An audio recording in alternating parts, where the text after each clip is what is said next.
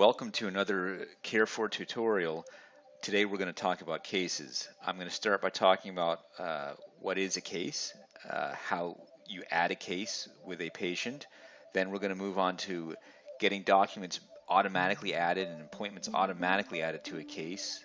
Then how do you manually add items to a case. We're then going to talk about the clinical info that goes in a case. We're going to follow with what you can do with a case, which will be about downloading information, and then finally it's going to be how to share information with a case and how to get other people to contribute to your cases. Let's begin.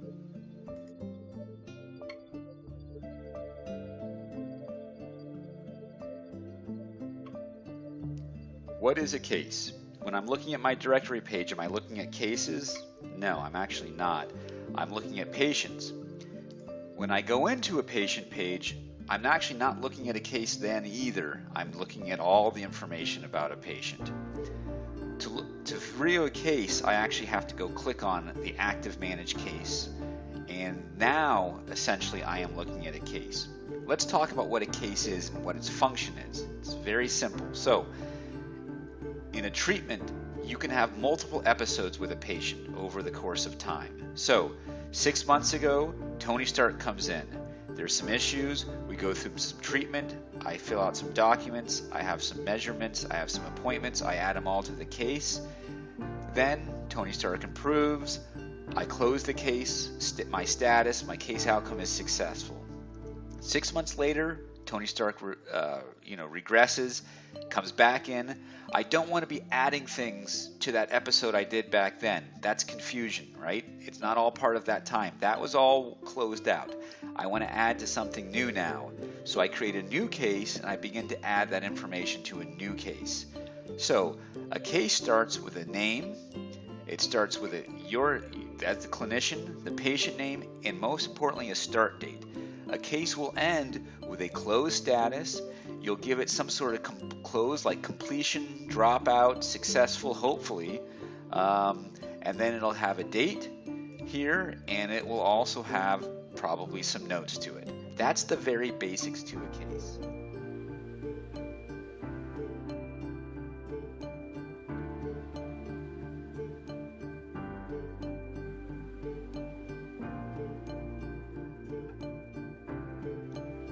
So how do you add a case? We've recently changed the way cases get added, and now they're being added by default when you add a client. We're making this as easy as possible, and we're encouraging the behavior that you should have, which is to create a case when you're adding a patient. So add a client, type in the person that we're going to add it. In this case, I'm going to put olive oil in. I've never seen olive oil before, and the first option here is to add a new case. You can add a person only, which just puts the person into your directory, but we're encouraging you to say add a new case. This adds the person to your directory and starts a new case with that person. So I'm going to click on that, and we have olive oil in my directory, and you will notice that there's a new case with this date just added. Case, you can see it right here.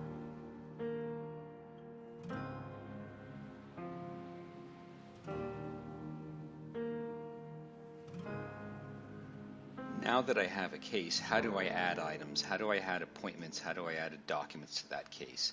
Well, if you have an open case with a person, the items you create will be automatically added to that open case, since there can be only one open case at any given time with a patient. So as I go through and create this appointment and I hit save, this appointment will show up with the case already attached to it. So the appointment's already attached to the case. Let's try a document. Same thing should happen with a document. We go in here, fill out a document. Anything will do for just our demonstration here. Hit save. And would you like to navigate? Nope, we're just going to look. The document I just put in is added to the case. But look at this. There are items in this here in this folder that are not part of the case. How do we add them to the case? Well, it's going to be real simple. We're just going to go click on the open case, go to Documents and Sessions. This should build a list of what is not in the case and what is in the case, left side not being in the case. and we simply just click and drag this across. So this is how we're adding other items to the case. Similarly, you can drag things and say that this is not in the case. But dragging everything over, save, and as we look down, the case icon now appears on all these items that are listed in the documents and sessions. That tells us what case it is.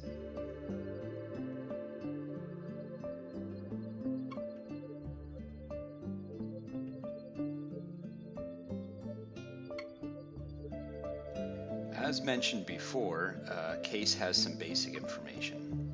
If we open this up and we look at the basic info, it has a name, a number, the clinician, the patient, and a start date.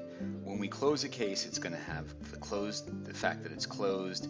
We're going to select a status. We're going to select a date that it's closed and give it some notes. Your clinical provider can also extend what is involved with a case and extend the information that we're keeping track of. That information is going to be over in the clinical info. Hit the clinical info tab, and this is information that your clinical provider wants you to fill out about a case. So in my case, I'm going to go down and fill out this information about a case in the FFT model. So simply fill this in, and all this information will be tracked alongside the basic information. This is all going to be built by your provider.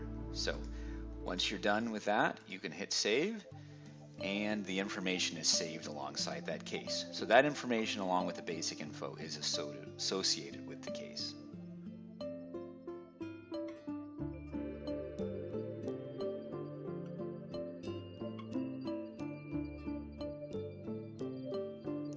Next, I'm going to discuss a little bit about what you can do with a case. How does it help you out? As mentioned before, if Care4 is a virtual filing cabinet, a case is a virtual folder. It has some information and it contains a bunch of appointments and documents. Well, because you've gone through the effort of putting things into a case, and in our case we've put in some, here's 2 documents, 1, 2, 3, 4 appointments, we're going to be able to actually pull this information out. Here's how you do that. Go to your basic tab, and if you look down to options, you're going to have a few options here. Download zip, download Excel, download a PDF sheet. So let's take a look at what each one of these does. If you say download Excel, this is going to produce an Excel file for us, and the Excel file is going to have all the information of those documents and appointments inside the case. How this happens is the appointments are put on one tab in the Excel sheet, and they're listed along with all the clinical information that we filled in. It looks like I didn't fill in any of the clinical information of my appointments. Next, we're going to go for the, looking at the progress note here. Let's take a look. Progress note is the next document we had, and that's listed right there. And because we didn't fill in this information, of course, the document's not filled in. But if we did fill it in, we'd see all what we put in. So this is an easy way to get your information out of the system. Let's take a look at some of the other options. An Excel PDF sheet. This is going to put everything that we've worked on in one sheet. It's going to start with the case up here, and then it's going to say what items are in the case. Then it lists the clinical info for the case. That's right on this page 2. Then it starts going into the appointments. Each appointment in this has its own sheets. So each appointment's basically got its own sheet.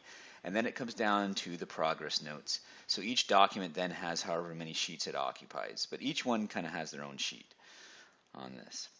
So that is a handy way to download it all into a PDF. And then last but not least is, if you want to see it, there's a zip file here.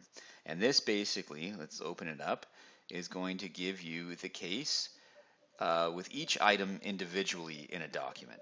So at this point, each item basically has its own document, its own PDF. So it's an easy way to pull all the information off. That's one of the big benefits of putting things in a case, is retrieving the information. The other benefit is when you are in a case, you can use the sharing mechanism. To share a case, you simply click on sharing.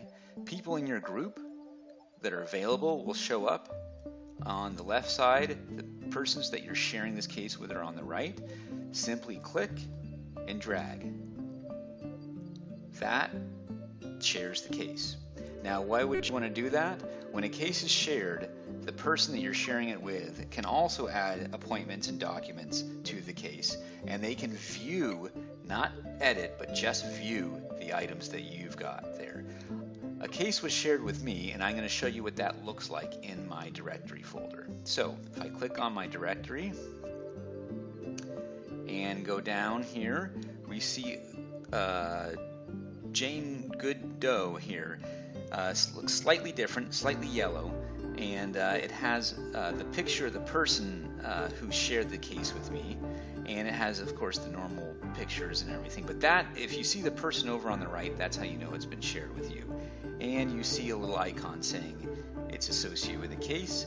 So I click on her, and her information comes up.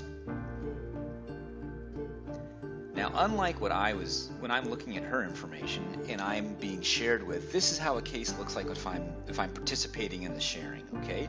The information that I attach to her case looks like this. It has my typical viewing, editing. If I click on it, it brings up the edit information, okay?